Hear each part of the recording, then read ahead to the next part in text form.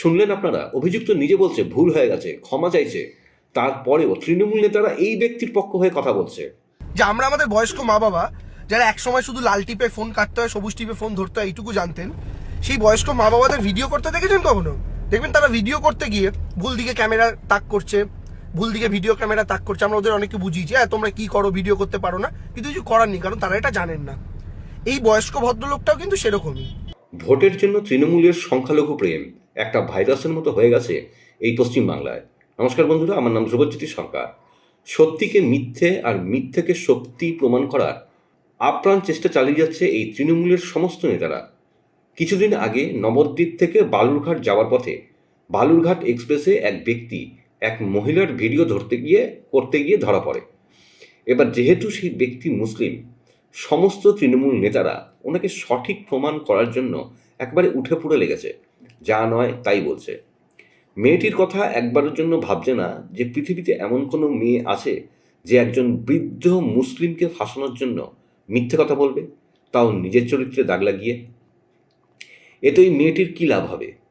কিন্তু তৃণমূল নেতারা এসব কিছু ভাবছেন না। কিভাবে সেই ব্যক্তিকে নির্দোষ প্রমাণ করা যায় সেটা করতেই ব্যস্ত। এই ব্যক্তিকে বাঁচানোর জন্য তৃণমূল নেতা দেবাংশু নানা রকম ভিডিও দেখিয়ে এক্সপ্লেন করছেন এই ব্যক্তি নাকি মাছ ভাজাটা উল্টে খেতে জানে না, অর্থাৎ উনি নাকি ভিডিওই করতে জানেন না। কত সোজা ওই ব্যক্তি, কিন্তু দেবাংশুর পুরো ভিডিওতে ওই মুসলিম ব্যক্তির ধরা পড়ার পর যে শয়তানি হাসিটা হাসছিল সেটা নেই, কারণ সেটা দেখলে তো আপনারা বুঝতে পেরে যাবেন। সেটা আমি আপনাদের দেখাবো।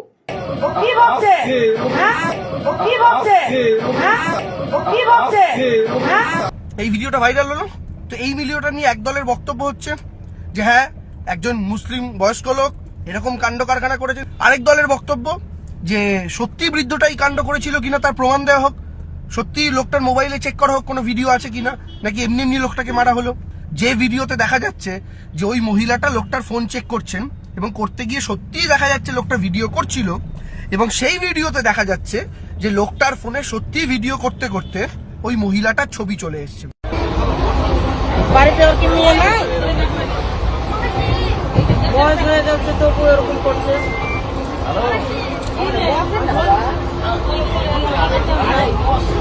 আপনারা স্ক্রিনে দেখতে পাচ্ছেন পরিষ্কার সেই লোকটি হাত ঘুরিয়ে সাইড থেকে মেয়েটির ভিডিও করছেন।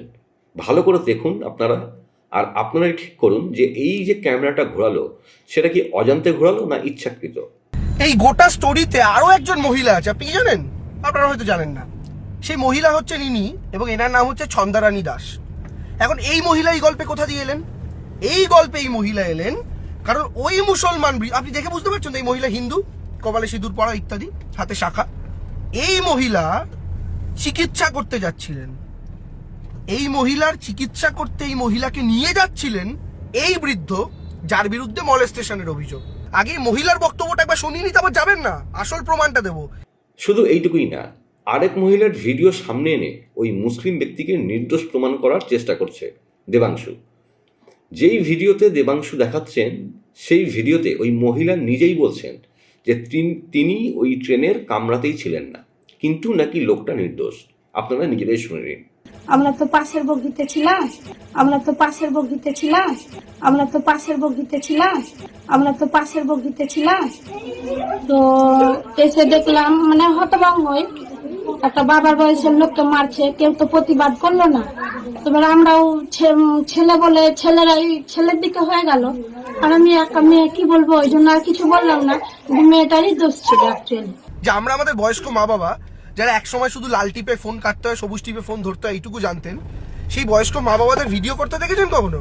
দেখবেন তারা ভিডিও করতে গিয়ে ভুল দিকে ক্যামেরা তাক করছে, ভুল দিকে ভিডিও ক্যামেরা তাক করছে। আমরা ওদের অনেককে বুঝিয়েছি, তোমরা কি করো, ভিডিও করতে পারো না, কিন্তু কিছু করার নেই, কারণ তারা এটা জানেন না। এই বয়স্ক ভদ্রলোকটাও কিন্তু সেরকমই। ঘটনাচক্রে এই বয়স্ক ভদ্রলোক সেদিনকে জঙ্গিপুর স্টেশনে সম্ভবত তিনি তার বাইক রেখেছিলেন, এবং তিনি তার বাইক রেখে সেই বাইকটার ভিডিও করেছিলেন। ভিডিও করছিলেন। কেন ভিডিও করে রেখেছিলেন? যেন পরবর্তীকালে এসে দেখতে পান সেই বাইকটা চুরি হলো কি না হলো। এবার সেই রেকর্ডিংটা তার অফ করা হয়নি, সেই রেকর্ডিংটা ওই অবস্থাতেই তিনি পকেটে ঢুকিয়ে নিয়েছিলেন। পকেটে ঢুকিয়ে নিয়ে তিনি ট্রেনে বসে যখন কিছুক্ষণ পর তার খেয়াল হলো, তিনি পকেট থেকে ফোনটা বার করলেন, করে দেখলেন তার ভিডিও অন। এবার তিনি ভিডিওটা ব্যাক করতে গিয়ে চেপে দিলেন ফ্রন্ট ক্যামেরা।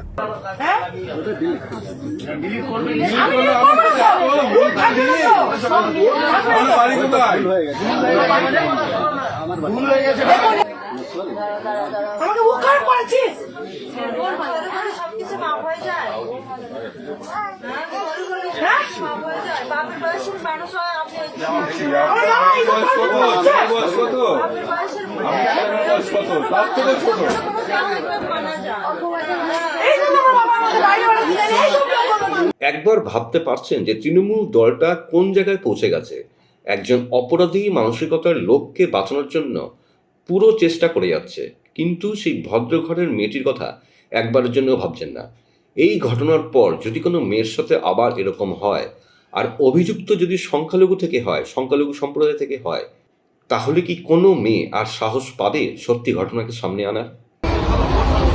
বাড়িতে ওর কি মেয়ে নাই? বয়স হয়ে যাচ্ছে তবু এরকম করছে।